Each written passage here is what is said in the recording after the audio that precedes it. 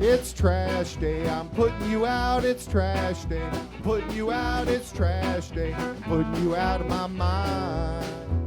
It's trash day, I'm putting you out, it's trash day. I'm putting you out, trash day, I'm putting you out of my mind. Now I'm gonna clean up, now I'm gonna clean up, now I'm gonna clean up the house. I'm taking all your garbage, taking all your garbage, taking all your garbage. It starts with some beer, so you shouldn't have fear. Two garbage guys with facts, but they both still have tact. It's that time at last for the best damn podcast. It's Can Crusher Day.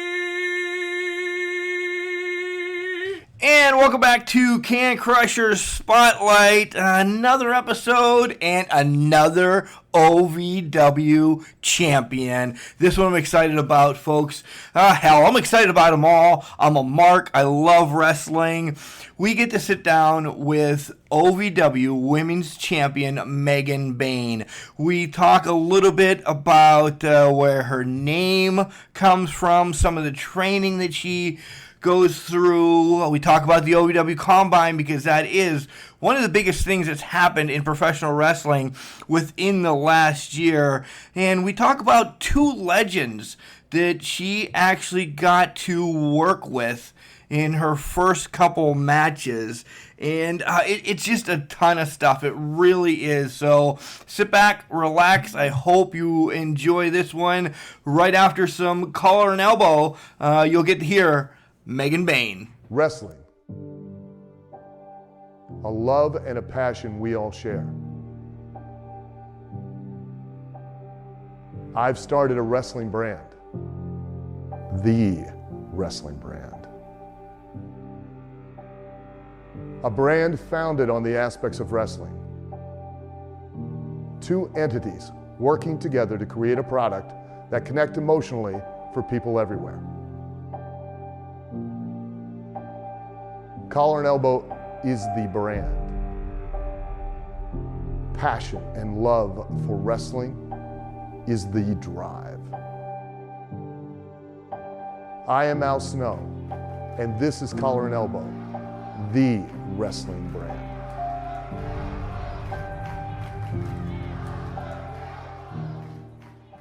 And welcome back to Can Crushers. I am elated. Once again, I have a champion on the show, and this time it is OVW Women's Champion. Welcome to the show, Megan Bayne. Hi, thanks so much for having me. No problem, Megan. You've been busy. You've been all over the place recently, fighting everybody and anybody, right? Well, yes, that is the proposition that I put out there. And you, just this past Friday, you had to deal with DL3, and you pretty much laid waste to him, didn't you? Yeah, I'd say so. You'd say so. I love how it's just, you're so calm, cool, and collective that you really beat the hell out of him, and nobody knows that yet.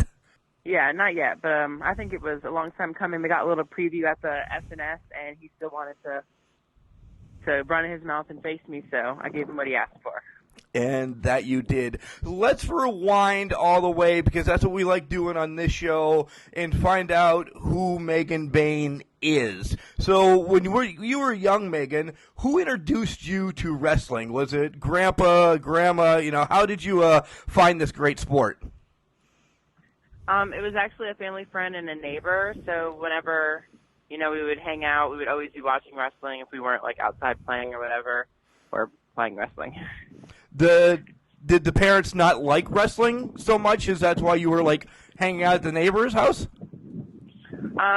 No, so I have all sisters, so, at my house there was a lot more, girly games going on, but when I was at my neighbor's house, he was a boy, his name was Robbie, and he liked wrestling a lot. And you just liked hanging out, being one of the boys.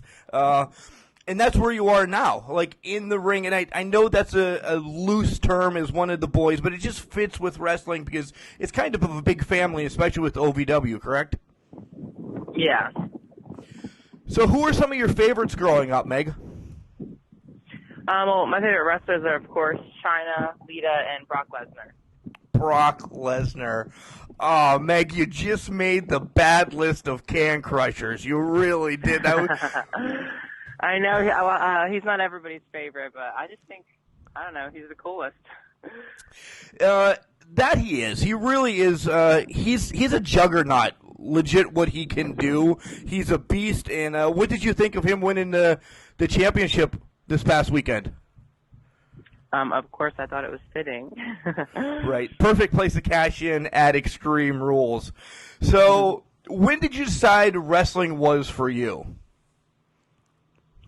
Well, I've been an athlete since I was 3. I've basically played every sport there is, and I was an amateur wrestler in middle school and high school. So once I graduated, I wanted to continue wrestling. You know, when I was younger, of course, it was like a dream. I aspired to be that, but you know, I kind of got away from that. I thought it was unrealistic, and once I graduated, I thought, you know, why is it unrealistic? You know, I'm athletic, I'm unique looking. Of course, I could do it. So I wanted to continue my wrestling career in the professional aspect. You took the next question out of my mouth. What other sports kind of did you play throughout your high school career and everything? So you wrestled on the varsity team or anything? Yes. So in middle school and high school, I was an amateur wrestler. And I don't know, with that, it's all like weight class based. So most of my opponents were guys just because I've always been, you know, bigger for a female. So usually when you run into a girl on the team, it's, you know, the 106 or the 113, but I was anywhere from like 138 to like 160 when I was in high school, and that's usually a weight class with a man in it. Right, yeah, it really is. Any accolades that you got? I don't know how it works where you're from in Connecticut, but like any district championships, anything like that that you can brag about?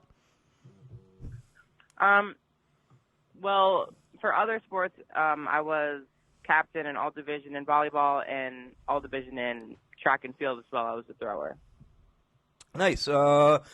Co-host is also, he used to throw javelin and shot put, or were those both of yours as well?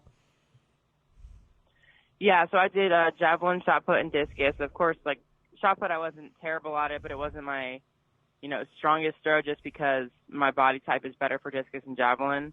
But for disc and jab, I was pretty good at it just because like I'm tall and lengthy, so I can, you know, use that's my advantage.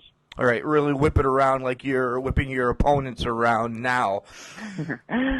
So being from Connecticut, what made you come to OVW? There's schools all over up there. Why did you say, man, OVW is the place to be? Well, OVW was the main one that I knew about. A lot of my favorites came from OVW, you know, like Brock Lesnar or, you know, anyone that I had looked into at the time had come from OVW, so I figured if I'm going to do it, I might as well take the best route that I can, and I decided to move here. And you've been with OVW for about 2 years, 2.5 maybe, right? Yeah, like a year and a half, 2 years.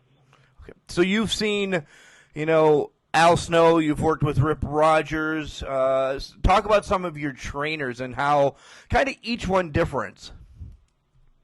Well, my first trainer when I moved here was Matt Capitelli, which, you know, of course, it was so upsetting to hear that he passed away, but he was the first person that introduced me into wrestling, and he kind of, I don't know, I feel like a lot of times you'll run into the issue of like, oh, this is like male-dominated, it's not for females, but Matt was never like that. He always like, you know, he saw it in me from the beginning, I feel like, and he always pushed me. And when I first started, I was like not terrified to like wrestle or anything, but just shy and like quiet. So he always made sure that, you know, I wasn't skipping out any of the drills. I was in the ring. I was getting better so that I could keep up with the guys, because physically I'm able to, but sometimes I'm, you know, a little introverted or held back in that way. But he always saw me as like someone who has potential, and he made sure that anything that he could tell me to make me better, he would. And then coming out of Matt's class, I was in Rip's class, which, of course, you know, Rip is an interesting character, but as long as you can, you know, being a female, if I can prove myself to Rip, then, you know, that's like a really big accomplishment, because he typically, is more favored of the guys. But if you can show him that you're serious about it, then, he'll give you everything that he can. But I still train with him now on the weekends, and I think that definitely he helps a lot with like getting comfortable in the ring, and he's more of like a repetition person. So once you have the basic movements down, he's going to drill it into your head as best he can. And now I've trained with since Al's taken over, I've trained with Al and also Adam Revolver a little bit too on different things, and I've been able to pick up whatever they can give me as well.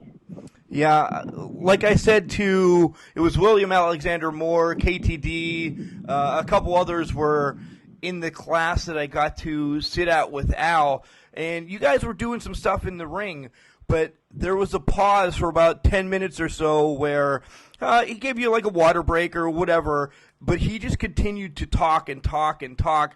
And I forgot that I was there learning what you guys do in the ring and everything, because everybody just focused on what he has to say. 20-plus years in the ring, and this man speaks the wrestling Bible, correct?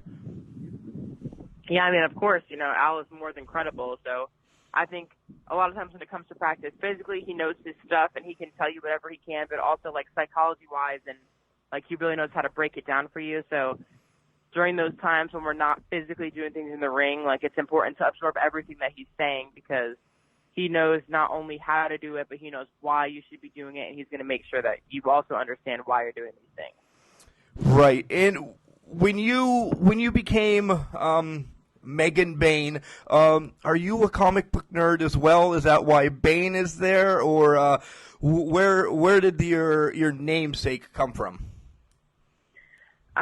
Well, I guess you can say that. I'm not necessarily I mean, Bayne is someone that I think is cool. Just like, I thought Brock Lesnar was cool. I think Bayne is like, he's a cool bad guy. He's tough. He's something I want to be like. I want people to see me and not necessarily be fearful, but know, like, I'm legitimate. Like, I can kick some butt if I need to. So I did kind of take that off of the character Bayne from Batman. He is not just cool. I personally think he is the best bad guy. I'm not full-fledged nerd like some of my buddies are with Batman and everything, but if I would trek towards anybody, it would be Bayne, just because the power that he has in this. He's a badass, and that's where your route is going, right? Yeah, of course. I mean, who wouldn't want to be a badass? Right, but you're a badass that loves her fans, right? When we were down there, the kids run up to you, and how does that make you feel as soon as you're there? Boom, kids are on you, because you, the steel China's eighth wonder of the world. You were kind of like that in OVW right now. Of course, I love it. I mean, I have a lot of younger siblings, and I don't get to see them all the time. So if other kids will look up to me, I like to think that my siblings look up to me as well, and it's a nice feeling to know that, while you're in the ring, you're legitimate and you're, kicking ass and taking names, but other people see that and they look up to you and they want to be like you. Right. So your first match, a year and a half ago or so, what were those feelings heading into your first match? So my first match was my showcase match outside of the beginners class, and I was really nervous. It actually was against a boy. His name was Kevin Giza. He trained at OVW for a little bit, and of course I was nervous. That was the first time I had ever performed in front of a crowd. My family was there to see me, and I didn't expect myself to be ready to do it. But after I did it, I felt on top of the world. I felt like this is definitely for me. This is where I'm meant to be. I like how you called him a boy, not a man, just showing your dominance. I wouldn't go that far to say he's a man. He was a boy, though. Nice. And do you still get those feelings now? I mean, this last Friday when you fought DL3, do you get a little jitters going out there knowing, hey, I'm pumped. I mean, you are human. You're legit human in it. It's a show, and you love doing it. So do you get those all the time? Oh, of course. I would say that, before any match, I get nervous, whether I think, I have it in the bag or maybe this will be a threat or whatever it is. Like, I always get nervous because you never know what's going to happen. Your body's on the line every time you get in the ring, and you really want to make it a good experience for the audience and the crowd. But, then, once I'm in there and once, I'm done, I always feel so much better about it. But it's important to me, so like anything, you would get nervous. Yeah, and it's important to continue to train as well. Like you're a year and a half, 2 years into this. I'm going to say that probably a million more times. Everybody's going to get sick of it. But there's always something to do in the ring and training, right? You should never give up your training skills of like lifting and cardio and so on, right? Oh yeah, for sure. I mean, I feel like when it comes to wrestling specifically, everyone will say that you never stop learning. Like even no matter how long you've been doing this, there's always something you can learn from somebody. And I think the more time you spend in the ring, the more comfortable you get, the more confident you'll get, and that's everything. Confidence is definitely everything.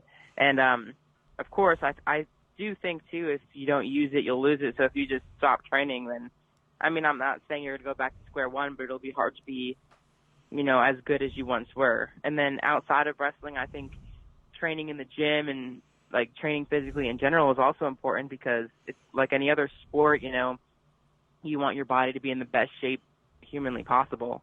So the more time that you can spend preparing for that, then the better off you'll be.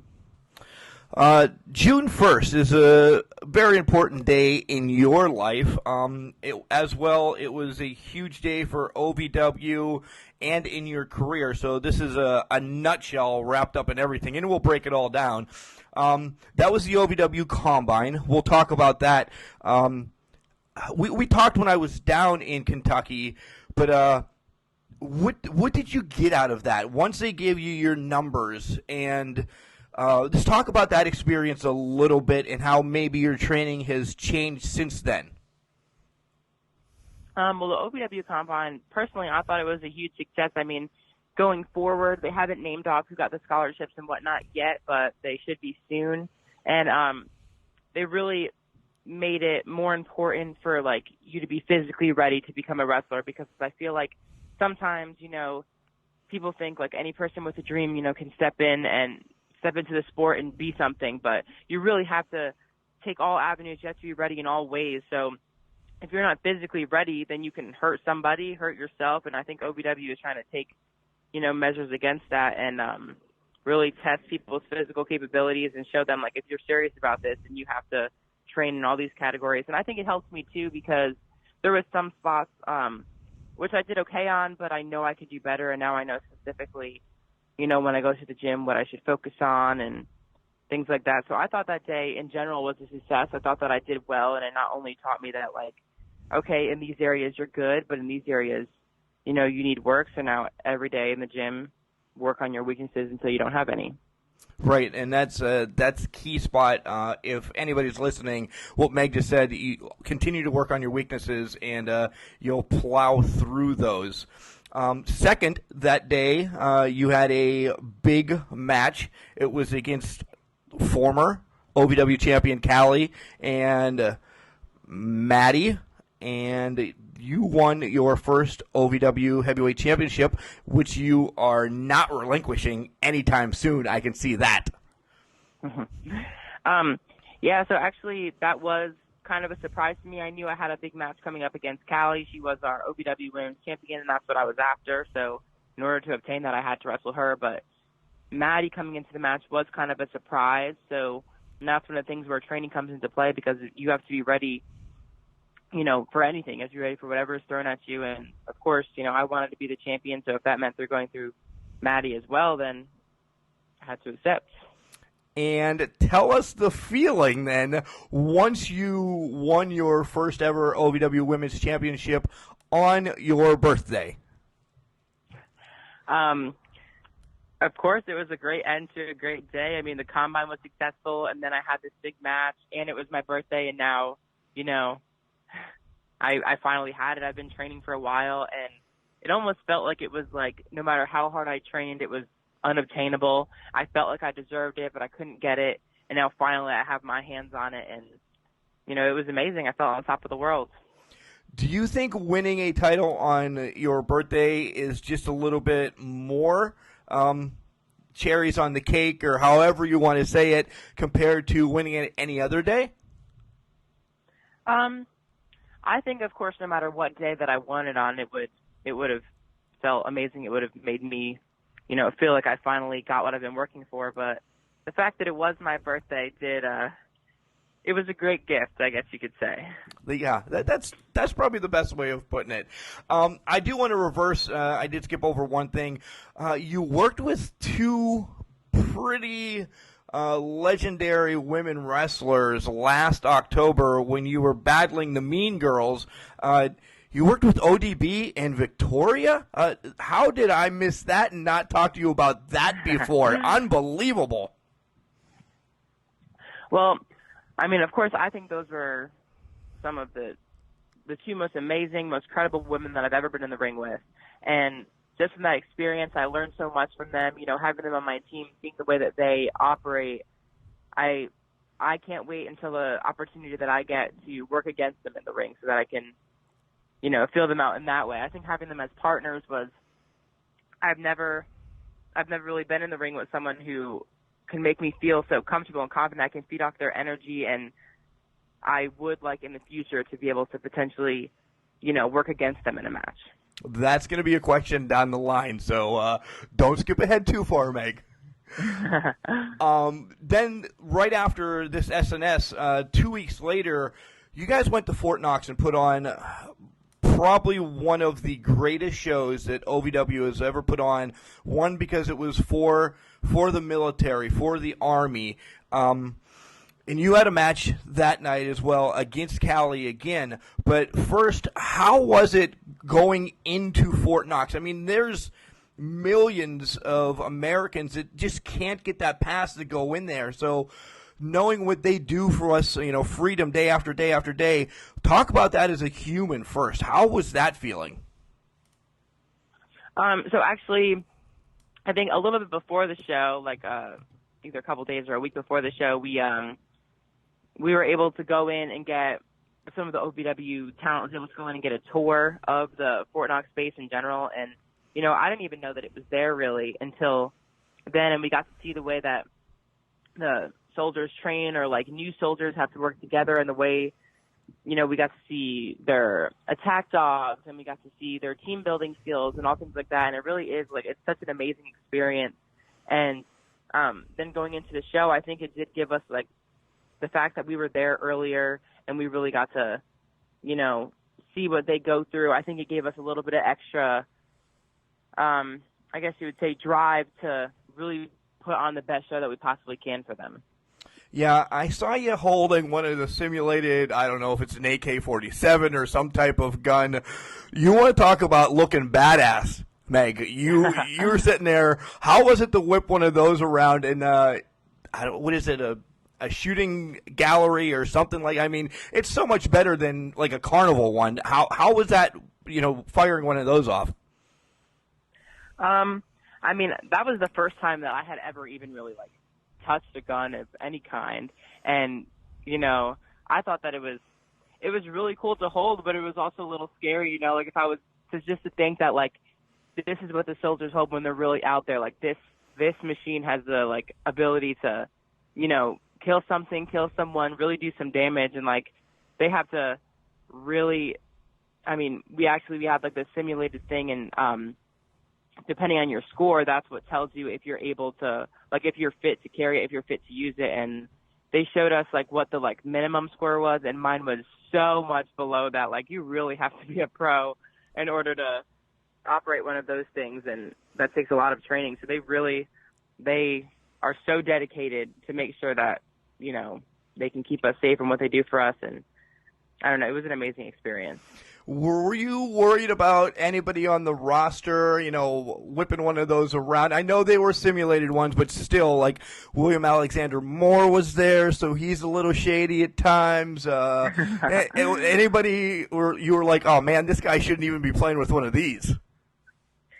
I mean, it's definitely a risk, but I think that no matter how shady they are, I don't know if they would go that far.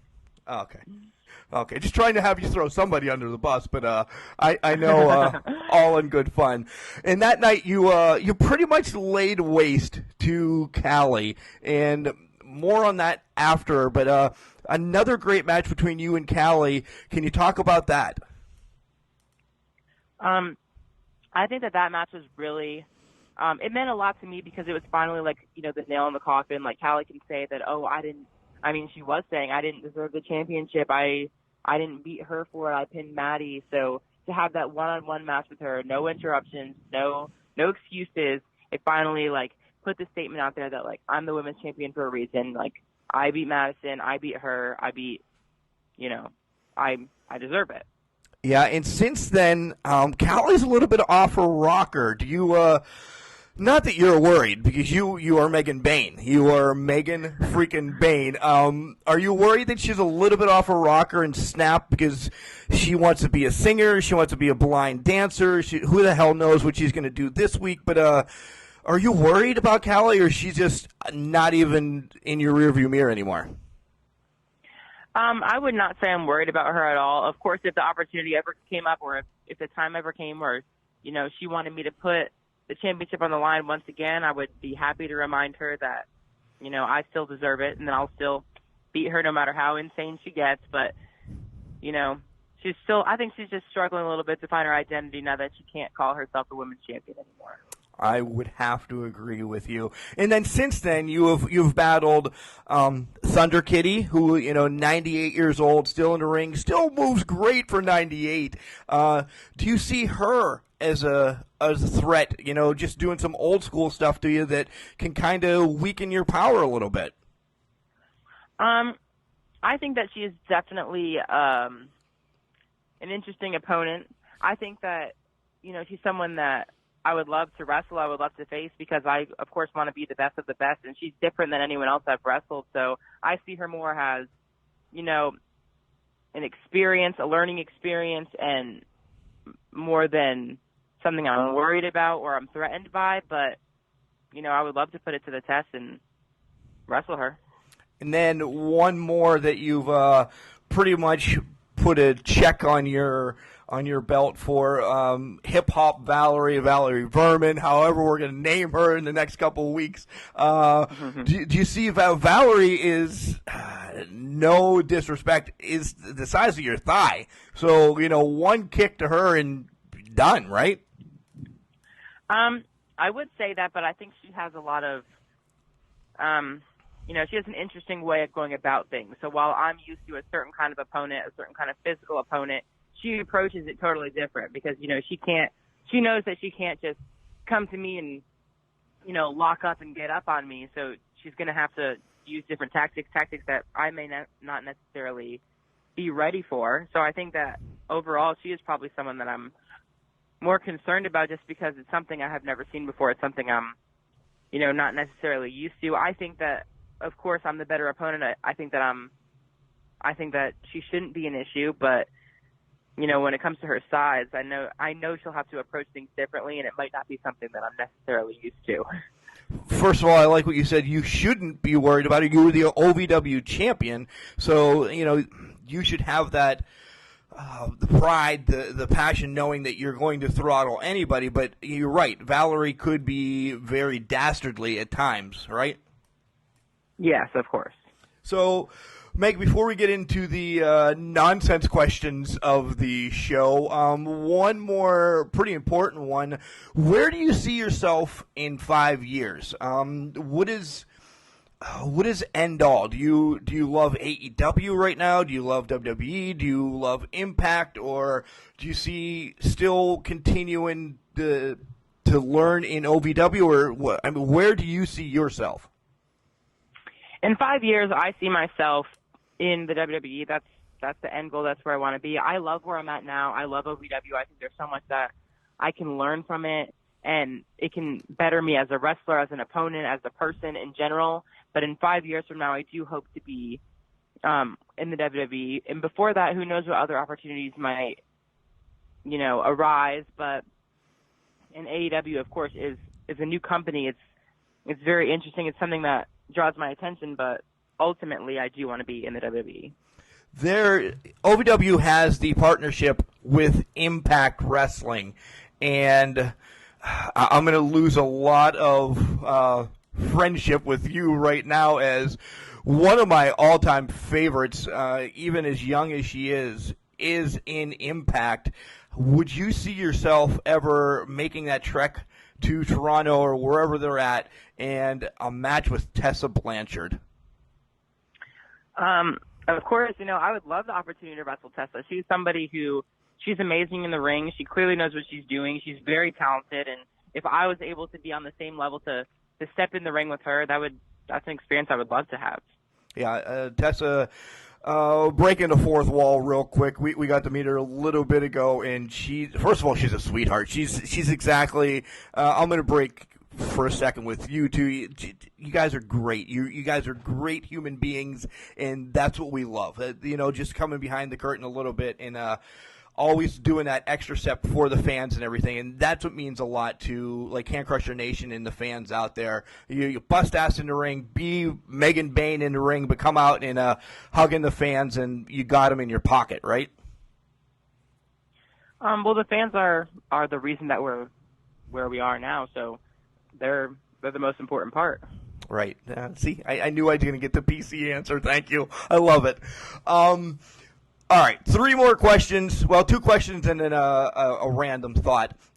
Dream match for you. It could be anybody, any period, anything. I want the person. I want what stipulation of the match, and where would it be? Would it be at Madison Square Garden? Would it be, over in Japan?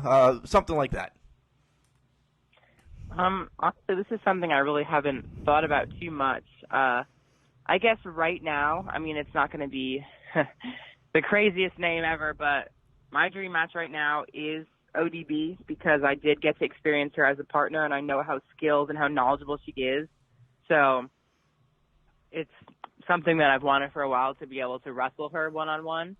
And I don't know exactly where I'd want it to happen. I guess it doesn't really matter where it happened as long as I got the opportunity to wrestle her. Maybe I would prefer it to happen in like the XL Center in Hartford or something, which may sound boring, but that's the closest, arena to where I'm from, and it would be nice to have family and friends come out to see me. You know what? That's the best answer you can give because everybody else, and I'll throw like Jay Bradley under the bus, said he wanted it, Madison Square Garden, this, that, and the other thing. It's so nice to go home, isn't it, once in a while and perform for family that they don't have to make the trek, that you can make the trek for them. Yeah, I think sometimes, of course, you want to wrestle for the biggest crowds that you can, but, nothing gives you more drive than, the fact that that your mom or your sister or your cousins or your friends or whatever, they're sitting in a crowd and they're watching you and you want to do the best that you possibly can. Right.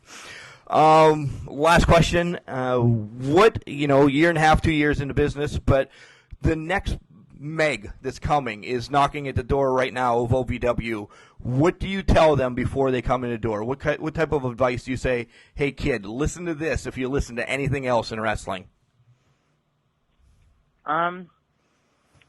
Wow. I have to think about that one. I guess I would just tell them, the basic answer is just train as much as you can. But, I think the biggest thing that I struggle with sometimes is character and personality. So, I would tell them to really figure out who they are before they worry so much about anything else, because the thing that the people want to see is they want to know who you are. They want to know something about you. So it doesn't matter how skilled you are. If you're not, if you don't know who yourself is, then you're not able to portray that to anyone. So I would say really figure out who you are before you step in the ring and worry about anything else. Nice. All right, Meg, this is your time to shine. Tell everybody in Can Crusher Nation where they can find you on social media so you get the likes, loves, and you just have the crazy stalkers following you then. I'm most active on Instagram, so my Instagram is Megan_Bayne. My Twitter is also Megan_Bayne, but there's 2 N's in Megan. And then Facebook, I don't really use too much, but it's, I guess that's not important. I don't really use Facebook. Okay. Yeah. Facebook's a family one, and we know that. Megan, I'll be seeing you real soon. As you brought up, you don't know for sure, but it's August 3rd is when the OVW draft will happen. We'll be back on location to hopefully talk to Meg. And when I'm going to say it right now, when you get one of those 15 spots, Meg, what's it going to do for your life? Well, when I get one of those spots, fingers crossed, it will help me tremendously because, it gives you a place to live. There's going to be a ring where you're living, and there's so many different courses and classes. Like, I'll be able to, not only learn in the ring, but learn out of the ring. And I think for my wrestling career, my wrestling knowledge overall, it'll help me immensely.